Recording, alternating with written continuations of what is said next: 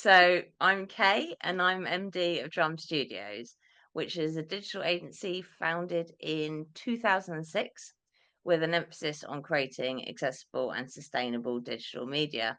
For those who need a visual description of myself, I'm a blonde white female with an asymmetrical haircut and I'm currently wearing a light green top and I'm in my bedroom, so excuse the mess. My pronouns are she and her. Um, so just to start, I'm a brain injury survivor following a couple of strokes and then some brainstem surgery. So I can sometimes lose my train of thought, forget words or slur. So if that happens, like the last 12 minutes has happened, please bear with me. Um, so I want to start by saying we live in two worlds. We live in the physical world and the digital world. So on average, adults aged 35 to 44 are awake for about 15 hours each day. And in the first quarter of 2023, internet users spent an average of 6 hours and 40 minutes online daily, which is a 1% increase from the previous quarter. But in comparison, 18 to 24-year-olds spend actually less than that. They spend 5 hours and 6 minutes online daily. During that time, 73% of that is spent on smartphones. Excuse me. So with people spending 40 to 45% of their time online, digital accessibility is more important than ever. Creating accessible design not only ensures that everyone, including those with disabilities, can use your product, but it also leads to a more sustainable design. Accessible products are more efficient, they use less resources, and can be enjoyed by a much larger user base. They reduce waste and minimize environmental impact. So, designing for a wider audience results in technology that's more impactful, plus it lasts longer. And as a business, we must be kinder to both the planet and everyone living on it. So let's start off with what actually is accessibility. So, digital accessibility is the practice of making digital content, products, or services accessible to people with disabilities. It's essentially about removing barriers so that everyone can use the same information, access the same information, and use the same technology. And empathy is often seen as the foundation of accessible design. Yet, I'll be honest, it remains one of the hardest challenges to skills to master. UI and UX designers must prioritize understanding their target audience, considering their abilities and concerns, and craft user experience that meets these needs effectively. There's literally no point in knowing the web content accessibility guidelines thoroughly if you don't actually understand why these criteria are needed in the first place. So let's start with why does it actually matter? The simple fact is accessibility helps everyone. So there's a high chance you have disabled customers, as according to the DWP, which is the Department of Work and Pensions for those not in the UK, 26% of the UK population have a disability. There's also a high chance you have non-native English speaking customers because 9% of people in the UK don't have English as their main language. And you got to ask yourself, do you have older customers? This is highly likely given that 25% of the UK population is over 60 years old. But disabilities don't need to be permanent.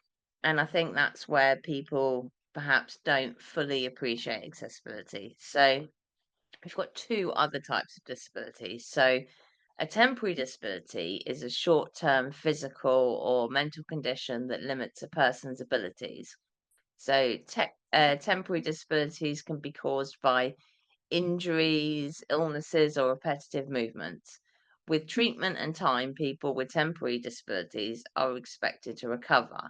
Examples of temporary disabilities might be, let's say, broken bones, sprains, strains, whiplash, torn ligaments, concussion, eye infection, ear infection, recovery from surgery. There's so many. But whilst you have a temporary disability, you are relying on accessibility. There's also another side, which is situational. So, situational disabilities are temporary impairments that occur in specific circumstances. So, they can be caused by environmental factors such as loud environments, bright sunlight, holding a cup while filling out a form on your phone, using your voice assistant while driving, forgetting your headphones when you need to watch or listen to something. We literally all benefit from features that were designed for accessibility. So, adding slope cuts to pavements and curbs to allow people using wheelchairs or mobility devices to transition between the pavement and the street also improve things for people with pushchairs, luggage, delivery workers, to name a few. And this curb cut effect illustrates that inclusive design also makes environments and products more user friendly for everyone. So, the other two things to really kind of take into account is when you discover digital products or services that are super intuitive and easy to use, you tend to stick with them. You'll want to share them with your friends, family, and co-workers. But if you have a frustrating experience with a product, you're likely to switch to a competitor. And in 2025, we all need one thing, and that's brand loyalty. I also have to mention the European Accessibility Act. So, the European Accessibility Act is a landmark law which requires everyday products and services to be accessible for persons with disabilities. The EAA comes into force, sorry, in the UK on the 28th of June this year. And at this point, website accessibility, along with other areas of accessibility, become enforceable at an EU level. And this is all great news for the 87 million disabled people in the EU. But what does it mean for you as a business? Um, if you think Brexit means the law doesn't affect you in the UK, you'd be wrong. If UK businesses sell products or services to customers located in the European Union, they must also comply with the European Accessibility Act. So I'm going to start with some low budget strategies that you can use to get started on your accessibility journey. Um, so the Web Content Accessibility Guidelines, which is WCAG, so that is free. It is incredibly overwhelming. I'm not going to lie. There's a lot of content in it, but you could create your own free checklists from those guidelines. There's tools out there. So the color contrast checker for WebAIM is a great tool. Low contrast is the most prevalent accessibility issue. So by default, check your color contrast in your designs. Obviously, you can use screen readers, NVDA and VoiceOver, etc. are free, and you can trial using your site with a screen reader. You can do keyboard tests and navigation yourself. And there's also things like Axe, Wave, and Lighthouse. I think those are kind of the three. And if you do them at the start of a project, it's a good place to at least start with accessibility. Educating designers and developers on accessibility is crucial because it ensures that inclusivity is considered from the very beginning of the design and development process rather than being treated as an afterthought. When teams understand accessibility principles, they can proactively design products that accommodate a diverse range of users, including those with visual, auditory, motor, and cognitive disabilities. So, for designers, this means making intentional choices about accessibility, such as color contrast, typography, navigational structure, and interactive elements to ensure readability and ease of use. It also involves learning how to create accessible UI components using proper heading structures and design interfaces that work seamlessly with assistive technology. Sorry. So, for developers, accessibility aspects such as understanding semantic HTML area roles, keyboard nav, and responsive design is important to create websites and applications that are operable by all users. It also means testing with real users with disability and using automated tests to identify and fix accessibility issues before launch. Continuous learning and education doesn't actually need to be expensive. There are several free webinars on accessibility. Two that I definitely recommend is AxCon, which is a 3-day event. Runs at the end of February, so we've just missed it this year, but it's on every year, and I highly recommend that. And there's also Inclusive Design, well, 24 in this instance, but obviously next year will be ID 25. And it's also important for designers to continue their learning and expand their accessibility knowledge from others by attending meetups or forum discussions. So, to create an accessible experience for everyone, these are just some really simple, quick wins that could be applied. So, firstly, alt text. Um, just to be clear, alt text should describe the purpose of the image, not the image itself. So, for example, if it's a chart, describe what the chart is showing. Alt text is a great way to bring your brand personality or tone of voice, but it should be used to accurately describe the image. I like to think of them as comparing perhaps a book to a movie. So the book has to set the scene for the reader so they can visualize it in their head, whereas a movie can set that visualization instantly. And images and their alt text are literally no different. Include captions. So captions on videos should include not only dialogue, but also sounds or important audio cues in the video. This ensures that people who are deaf or hard of hearing can follow along. 85% of people without accessibility needs engage with social media videos with the sound switched off.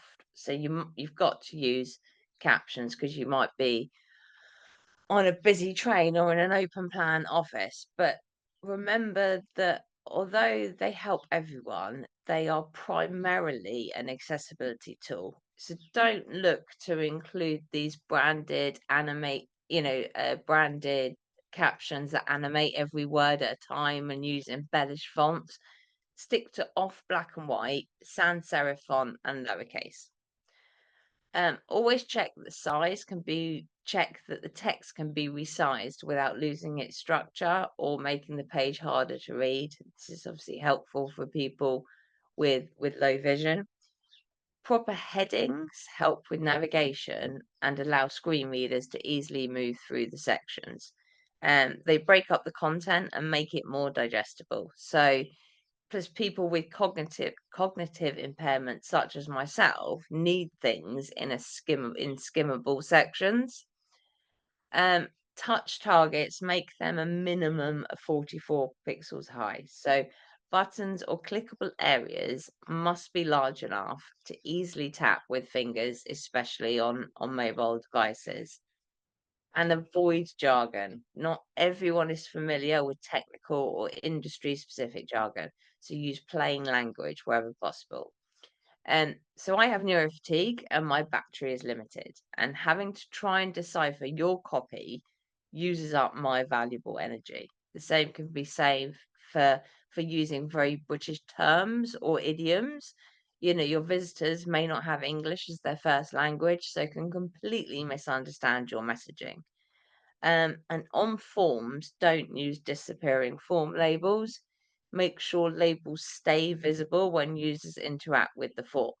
This helps people who rely on assistive technology to complete forms.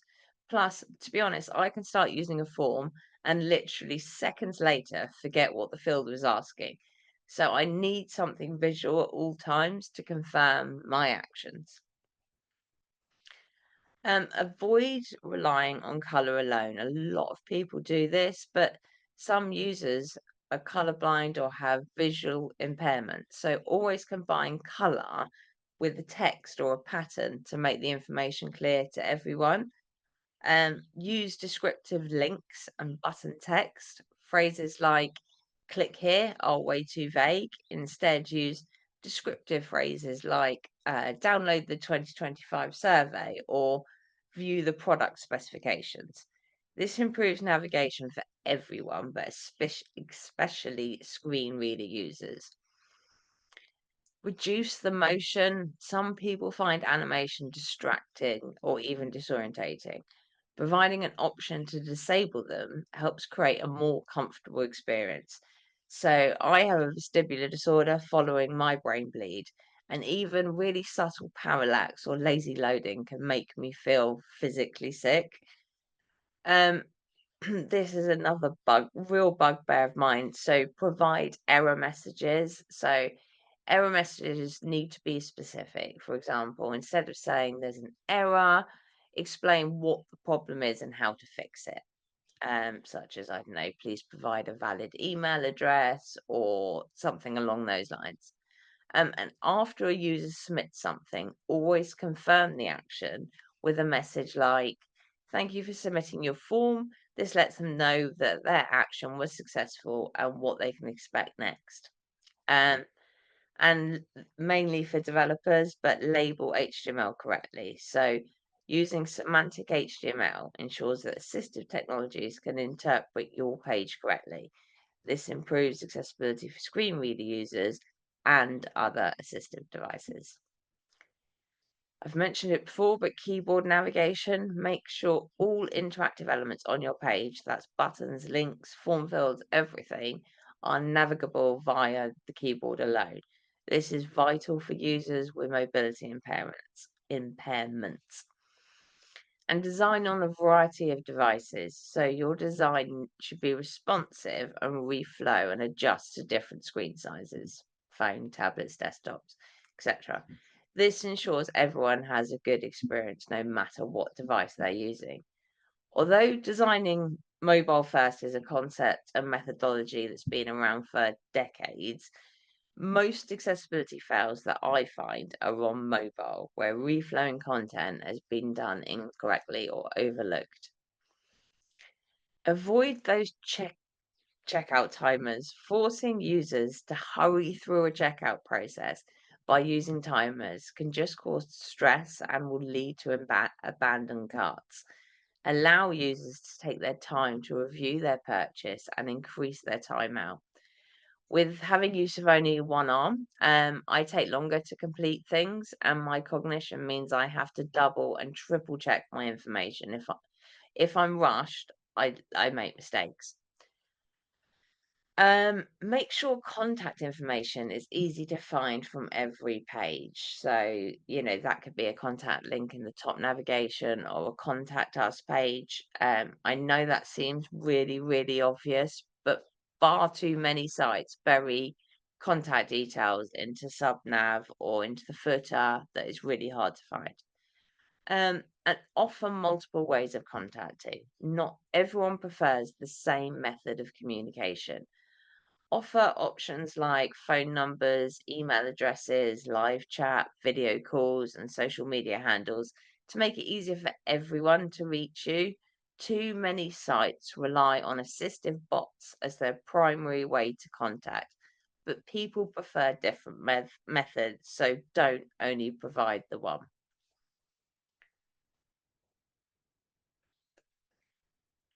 So, avoid handwritten fonts. So handwritten fonts can be really difficult for some people, especially those with dyslexia or other visual or cognitive impairments. Choose the typeface carefully. So some of these have less axes, meaning they're less slopy and they're more upright. And some have less exaggeration in the swashes, those curly things at the top and bottom of letters. The less swashy, the better. So take time to kern and track words, adding just a little extra spacing so it's easier to perceive individual letters. And as much as possible, stick to easy to read fonts like Arial, Open Sans, or Lato, or one I particularly love, which is Atkinson Hyperlegible. So Atkinson Hyperlegible is a freely available typeface intended to be optimally legible for readers who are partially visually impaired. with all characters maximally distinguishable from one another. It was developed by the Braille Institute of America. So if you haven't discovered it yet, I suggest you try using it because it's great. So accessibility, though, isn't just a checkbox. This is what we need to remember at the end of the design process. It needs to be considered every single stage to create truly inclusive experiences. So instead of following a traditional design workflow, designers should actively think about how accessibility impacts every element of the user experience, ensuring that digital products work for people of all abilities. So here's how to go deeper into accessibility at each stage of the process. So research and discovery. You need to obviously understand diverse user needs. So include disabled people in your research. Conduct interviews, usability tests, and surveys with people who have disabilities to understand their challenges and need. Look beyond compliance. So WCAG guidelines are essential, but real world users often go way beyond technical compliance. Focus on usability and lived experience, and consider a wide range of disabilities. Address visual, auditory, motor, cognitive impairments, as well as sensory processing and, like I mentioned before, temporary and situational limitations, like, I don't know, reading a screen in bright sunlight affecting the legibility of the copy. In wireframing and UX, one thing I want to say is to start is 67% of accessibility issues stem from design. So we've got to tackle this issue collectively. So design for keyboard and screen reader users. Ensure logical focus order, keyboard operability, and clear navigational paths. Use those proper heading structures. So just to be clear, heading structures should follow a hierarchical order such as H1, H2, H3 to help screen reader users navigate easily, and plan for flexible content. Design layouts that can accommodate zooming up to 200% without breaking, and allow users to adjust their font size to what works for them. Um, Offer customizable options such as adjustable layouts, themes, and features to cater to unique preferences. Consider users with color blindness. So, consider testing your design for the most common types of color blindness. Now, this is going to test my aphasia, so we'll see how we get on with this. But you've got deutonopia, protanopia, and tritanopia. So people with protanopia are unable to perceive any red light. Those with deutonopia are unable to perceive green light, and those with tritanopia are unable to perceive blue light. Select colors that are easily distinguishable from for users with color blindness, and don't use color alone. Like I said, make sure you accompany every color component with clear text, patterns, icons. Um, so I have photophobia, and although it technically means a fear of light, photophobia or light sensitivity is an increased intolerance to light that causes discomfort and pain in the eyes, often triggered by bright sunlight or artificial light. So for users with photophobia, it is important to choose high contrast combinations that minimize glare and eye strain. Instead of using pure white text on black backgrounds, for example, opt for softer contrasts like, I don't know, dark grey text on light grey or beige backgrounds. Avoid neon or overly bright colours, as these can be seriously overwhelming.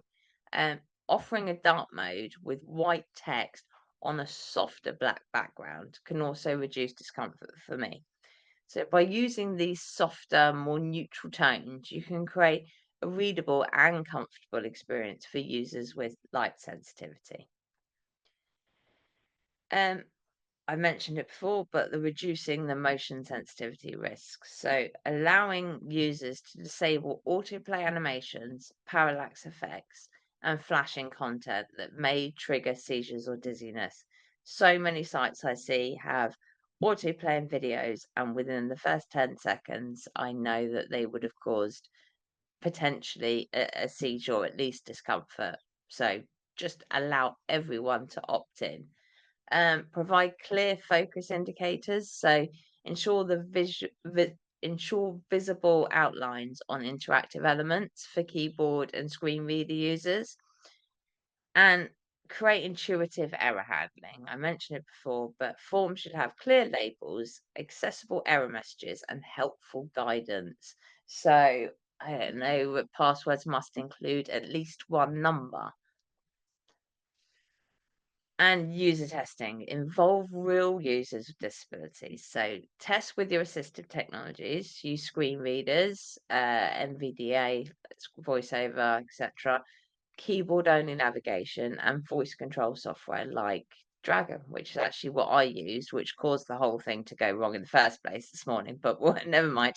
Um, Conduct real-world user testing. Work with disabled participants to identify barriers that automated tools may miss, and iterate based on feedback. Accessibility is an ongoing process. You've got to keep refining and improving based on user insights. By embedding accessibility throughout the entire design process, teams create digital experiences that are not only compliant with legal standards, but also intuitive, inclusive, and enjoyable for all users. Accessibility is not a final step, it's a mindset that has to drive every single design decision you make. Peter Morville's user experience honeycomb has been around since 2004. I'm sure you're all very familiar with it because it's still a highly relevant design framework for modern product development projects. Now, the framework forces design teams to evaluate a project through 7 facets of user experience to identify areas for improvement. And one of these has always been accessibility. So, hmm, so I've lost my train of thought. So we'll leave that one for now. Um, just to go back on the importance of testing with real users, especially those with disabilities, it's essential in creating truly accessible digital experiences. So while automated tools and checklists like WCAG can catch many technical issues, they really can't replicate real world experiences. Only real users can reveal usability barriers that impact how they interact with the product. Um, so to help identify barriers, people with disabilities encounter issues that these automated tests might miss. And what I mean by that is unclear language or undescriptive alt text or sensory overloading or confusing navigation or unclear form fields. I mean, I could keep going on and on, but things like that will never get picked up by automated tests. What seems intuitive to designers may not actually work for users with diverse needs. So that real feedback helps refine user flows. Accessibility testing often highlights universal accessible usability barriers as well, making the product literally better for everyone. And it ensures legal compliance. So, real user testers support adherence to the UK accessibility law, the Equality Act 2010, many more, and WCAG standards. There'll be much more relevant laws based on where you are based today. So before you go ahead and you start testing, make sure you know who to test with. So I mentioned screen reader users for people who are blind or visually impaired. Now they will use more likely something like JAWS, which you may not be using in your manual testing.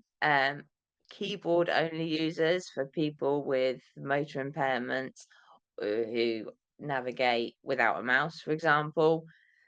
The low vision users, so those are users who might zoom up to 200% or use high contrast modes. You've also got the deaf or hard of hearing users who rely on captions and transcripts.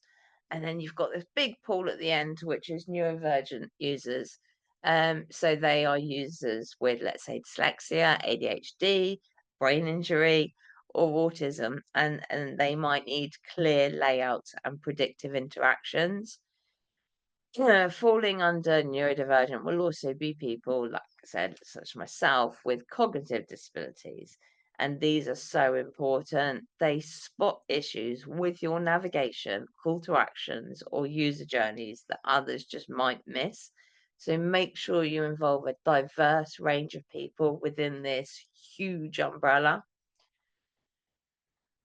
So, how can we gain stakeholder buy-in? And I think that's always the challenge for everyone. Uh, I think by framing accessibility as an opportunity rather than a burden, and embedding it into existing processes, teams are more likely to embrace it as a natural part of creating excellent products.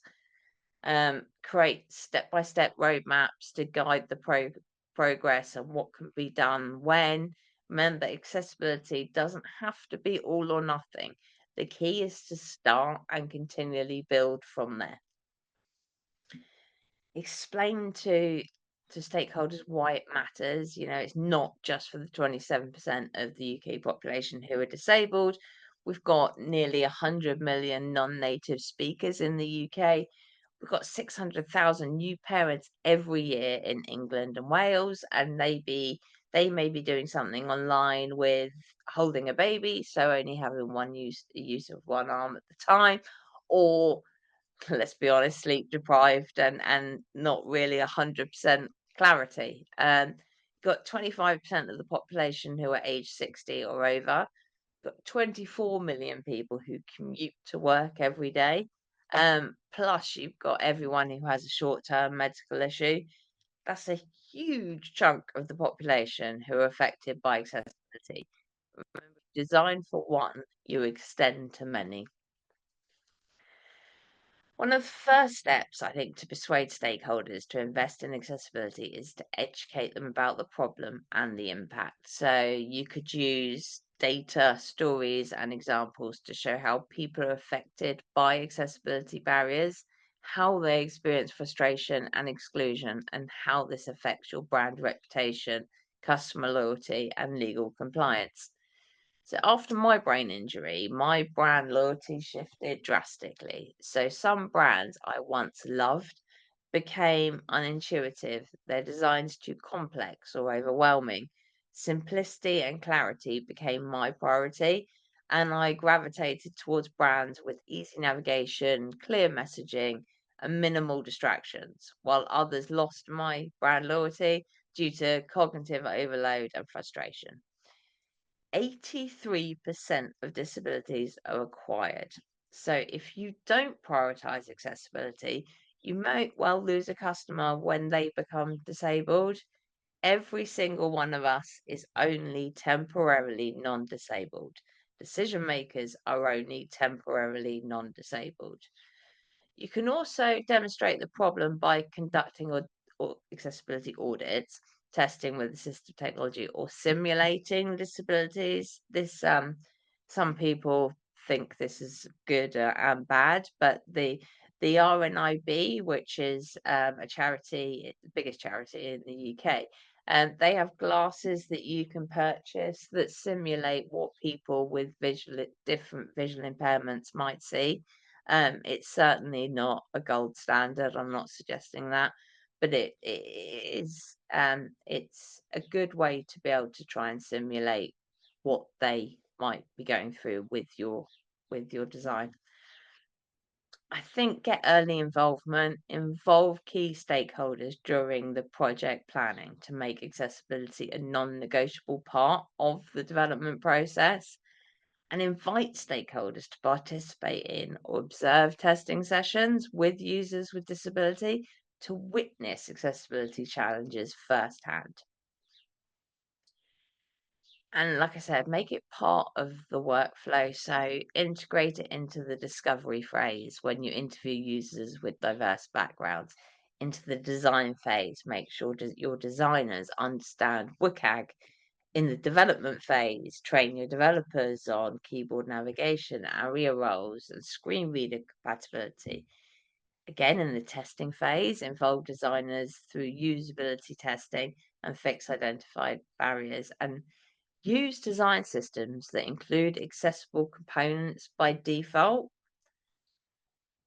So I I just want to, this is my personal way of doing it, and it may not work for everyone, but I think presenting a business case to leadership focusing on the competitive advantages of accessibility, risk mitigation, and alignment with corporate values. So if you align mission and values to accessibility, because ultimately any business is human to human first and foremost, but there's always ways, in my opinion, to look at company values and show that they aren't living and breathing those values without accessibility. I've selected literally a few brands at random to show how you could align values to their values to accessibility. So Tesco. Tesco say our core purpose, serving our customers, communities and planet a little better every day. Serving our customers, community and planets every day means we're always keeping customers at the heart of what we do, whilst reflecting our responsibilities to the communities we serve and to the society more broadly. I would look at this mission and argue that you cannot serve the community and society more broadly if you're excluding disabled people. Garmin say the foundation of our culture is honesty, integrity, and respect for associations, customers, and business partners. Each associate is fully committed to serving customers and fellow associates through outstanding performance and accomplishing what we say we do. Now, the words integrity and honesty or fully committed are empty statements, in my opinion, if they aren't accessible. Microsoft, we know, is a brand that does a lot in accessibility. But just really quickly, they say Microsoft believes that innovation can lead to a better world. Microsoft values different perspectives and seeks out diverse users. Microsoft is open to learning from others and changing their own behavior. And Microsoft builds on the ideas of others and works together to bring the best to their customers. Now, diversity and inclusion isn't possible without accessibility, and I'd argue that you cannot learn or build on the ideas of others without real life user testing from diverse customers. And finally, Tesla, which may have been a bad brand example in hindsight following on from recent events, but anyway, Tesla's mission is to accelerate the world's transition to sustainable energy. Their core values include think like business owners. Tesla promotes a culture where everyone feels like an owner. Respect. Tesla promotes respect among all of its employees and partners. Continuous learning. Tesla encourages continuous learning amongst its employees and partners. And customer focus. Tesla is committed to customer focus in all aspects of its business. Respect and constantly learning or making everyone feel like an owner isn't feasible with excluding people with disabilities or having inaccessible products. If you'd like to drive stakeholder engagement, I'd start by seeing what their missions and values are that they advertise and live by, and see if you can find a link to provide an argument for accessibility. And obviously, highlight legal and compliance risks. Sometimes organizations need to understand the financial implications, unfortunately, of non compliance. So, by being accessible, it reduces your legal risk. So, um, again, it's relevant to your country, but in the UK, this would fall under non compliance with the Equality Act 2010, EAA, and WCAG, which could lead to lawsuits and reputational damage. And emphasize the business benefits. So, highlight how accessibility improves product usability for all users, expands the market, and enhances brand reputation. So, accessibility improves search engine optimization, SEO, which will ultimately drive more traffic. Give better visibility in search engine, meaning they receive more clicks and organic visitors, and more traffic means more potential customers. SEO attracts people who are actively searching for your product and service, increasing the chances of conversions. It's not just about rankings, it's about attracting the right user, improving their experience, and turning them into a customer. So, investing in accessibility, which will increase SEO, which leads to higher traffic and increased revenue over time. It also boosts revenue, and I'm going to cover this on the next slide because I think this is quite important and quite a lot of questions came up about that. Um, it also enhances brand reputation. It shows you care. Prioritizing accessibility proves your brand values of inclusion and social responsibility. It builds trust and loyalty. Users who can navigate your site easily are more likely to return and recommend your brand. It avoids negative PR and legal risks, obviously. It helps you comply with laws, reducing the risk of lawsuits or public backlash. And it gives you a competitive edge because leading in accessibility boosts credibility, it attracts partnerships, and it strengthens your brand image. Um, it expands your customer base. So, with 14.6 million disabled people in the UK, and 274 billion purple pound, which I'll talk about in a bit as well. Accessibility opens your brand to more customers and revenue. So, a brand known for accessibility is a brand known for care, trust, and success. And obviously, it improves user experience. So, faster navigation, better readability, improved mobile experience, and faster performance. So one of the fastest ways to achieve this is to implement those small wins that I mentioned at the beginning. And I mentioned it, but it's also better for the planet. So this is another way to get buy-in. So a lot of companies are looking to reduce their carbon footprint, and accessibility can play a part in meeting these targets. So when you improve the accessibility of your website, it most often improves the digital sustainability too. So, for example, by not autoplay videos and allowing users to opt in or opt out of UI animations, it greatly reduces the carbon footprint of a web page, making it much more lightweight and fast, reducing the number of third-party plugins you use, and instead coding what is needed in an accessible way will reduce the amount of data you're using. Taking an accessible and lightweight approach to your website means users get tasks done much quicker, which again reduces the energy on your user's device and your website servers. Minimal design is clutter-free for users, and less unnecessary images and graphics reduce the page rate and carbon footprint.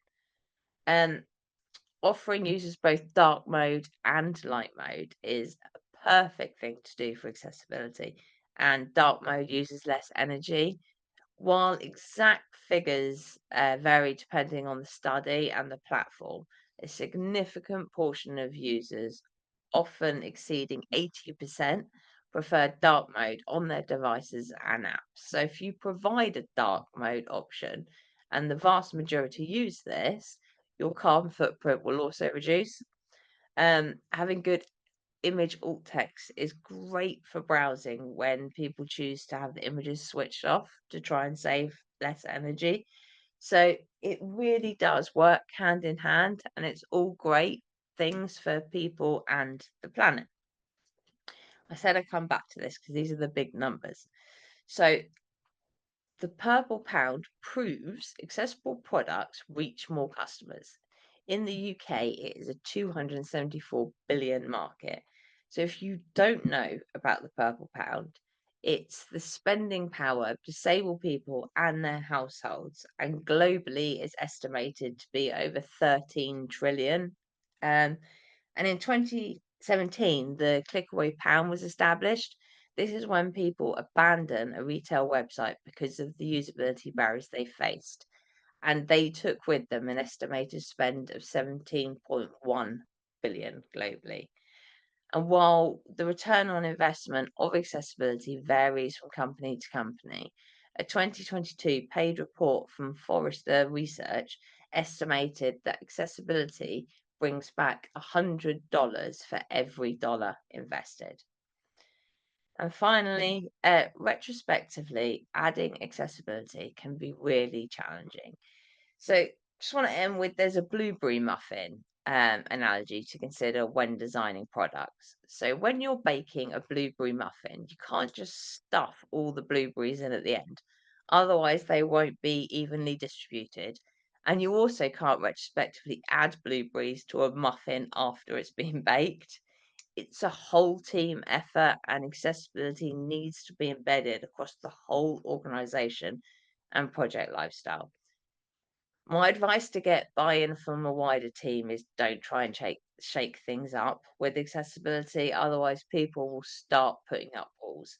Look to fit in accessibility seamlessly, and before long you won't even consider it and you'll be designing accessibility by default. Thank you for listening and bearing with me this morning.